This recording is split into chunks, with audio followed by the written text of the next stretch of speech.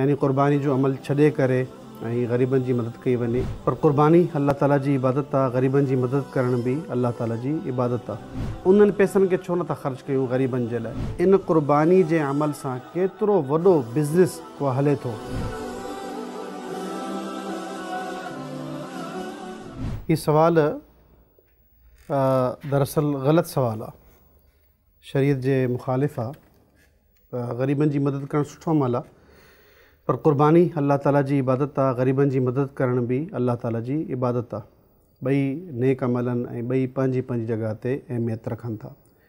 पर क़ुरबानी जा पैसा या क़ुरबानी जे लाइ जेका अल्लाह तबारक व तआला जेका वाजिबी आहे, सुन्नत रखी आहे मुसलमाननि ते, उन्हनि जे बदिरां ई ग़रीबनि जी मदद कई वञे, यानी क़ुरबानी जो अमल छॾे करे ऐं ग़रीबनि जी मदद कई वञे, इहो ग़लति आहे।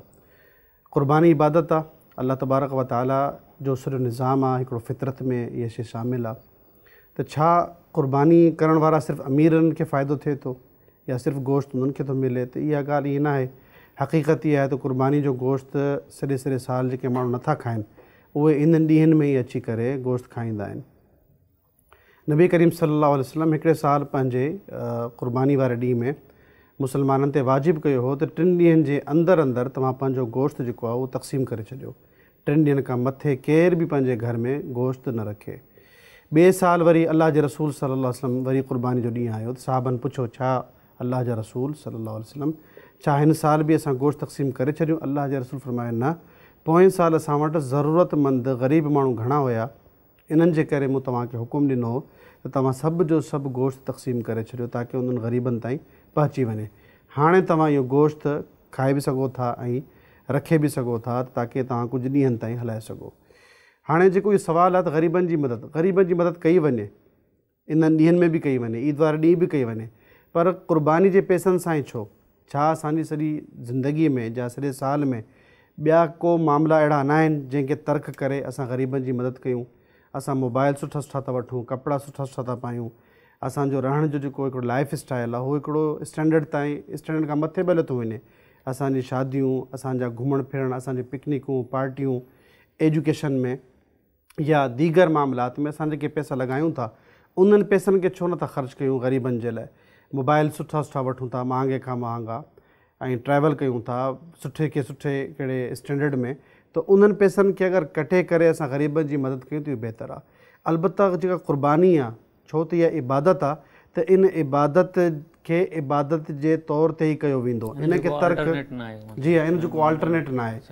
तव्हां ग़रीब जी मदद कयो। ऐं अगरि असां अक़ली तौर ते ॾिसूं त सॼे साल में इन क़ुरबानी जे अमल सां केतिरो वॾो बिज़नेस को हले थो। ग़रीब सॼो साल जानवरनि खे पालीनि था, पोइ उन्हनि खे मंडी में खणी था अचनि, पोइ इहो जेको ट्रकनि जो ट्रांसपोर्टेशन जो मामिलो आहे, इन्हनि जी कमाई थिए थी। पोइ वरी गाह वारा जेके गाह खपाइनि था, जेको दीगर अशिया आहिनि जानवरनि जूं, उन्हनि जे सिंगार आहिनि, हार सिंगार, इहे सभु, वरी छुरियुनि वारो कारोबार आहे, वरी खलनि जो कारोबार आहे। इहो सॼो हिकिड़ो सर्किल आहे, हिकिड़ो साइकिल आहे जेको अल्लाह तबारक व तआला दुनिया खे, यानी पूरी दुनिया खे इन क़ुरबानीअ जा फ़ाइदा बिलवास्ता या बिलावास्ता पहुचनि था। ऐं सभिनी खां वॾो जेको फ़ाइदो ग़रीब खे आहे, छो त जानवर केरु थो पाले? ग़रीब पाले थो। गाह केरु थो ज़रात करे, उन्हनि जी हार पोइ करे? ग़रीब थो करे। गाह खपाए केरु थो? इन्हनि जे लाइ उहो ग़रीब आहे। जो कसाई आहे उहो केरु आहे? ग़रीब आहे। खल जमा करण वारा केरु आहिनि? इहे बि ग़रीब आहिनि।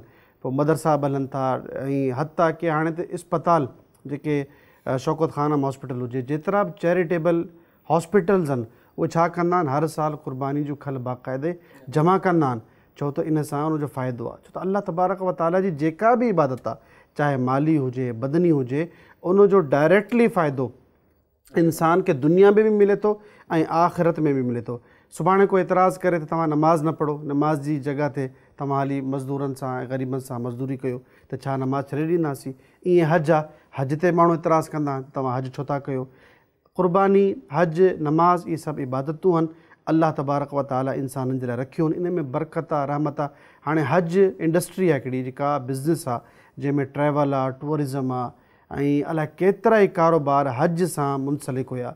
हाणे कोरोना में तव्हां ॾिसंदा त सभु जा सभु एतिरा ग़ुरबत में हली विया आहिनि। हज सिर्फ़ु 1 साल बंदि थियो आहे या ॿियो साल आहे हाणे बंदि या महदूद थियो आहे, त उन जे करे केतिरी इंडस्ट्री जेका आहे उहा वेही वई आहे। उमिरि जे करे उमिरि ते माण्हू वेंदा, होटलिंग आहे, केतिरियूं शयूं इन सां गॾु डायरेक्टली कनेक्टेड हुयूं जेके ख़तमु थी चुकियूं आहिनि। ताकी हाणे माण्हुनि खे अक़ुलु अचणु खपे त अल्लाह तबारक व ताला जी इबादतनि में इंसान जे लाइ, मख़लूक़ जे लाइ, चाहे उहे जानवर हुजनि इंसान हुजनि, उन्हनि जे लाइ केॾी वॾी हयात आहे।